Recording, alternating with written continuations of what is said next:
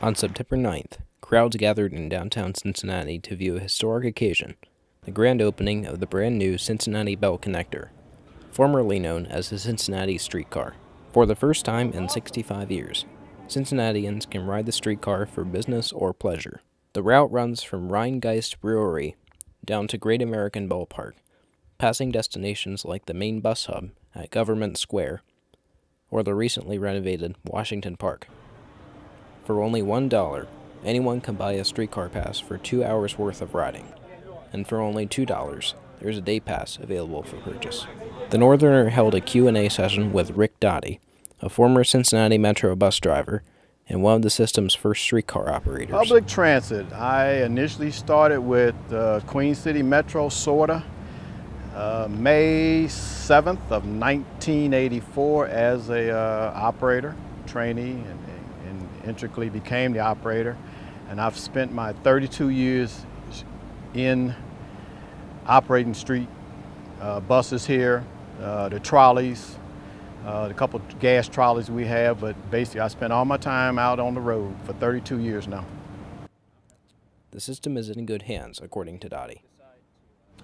After being qualified, then you got to obtain your certifications. That certification requires 150 hours. So once you get your 50 hours, you got to get additional 100 hours. So you need a 150-hour minimum to become certified. At that point of certification, you come out on the rails and they evaluate everything as far as your operations out on the rail, starting, stopping, just basically make sure that you can demonstrate that you have safe operations on the rails. At that point, you become certified. NKU has a hand in the streetcar as well. Ronnie Salerno, a journalism major and a member of the graduating class of 2013, helped streetcar legislation get passed in its beginning stages and currently works as an electronic media coordinator for Cincinnati Metro. There have been some concerns about the streetcar's effect on the city. Most recently, Sorta, who runs both Metro buses and the Cincinnati Bell Connector, announced that only 2 streetcars would run during this past weekend's Oktoberfest festivities due to funding difficulties.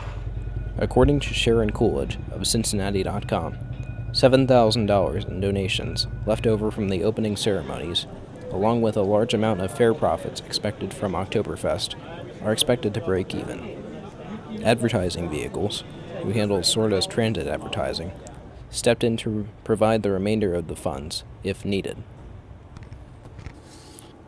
Despite early setbacks and criticism, the outlook is bright for many closely involved with the streetcar.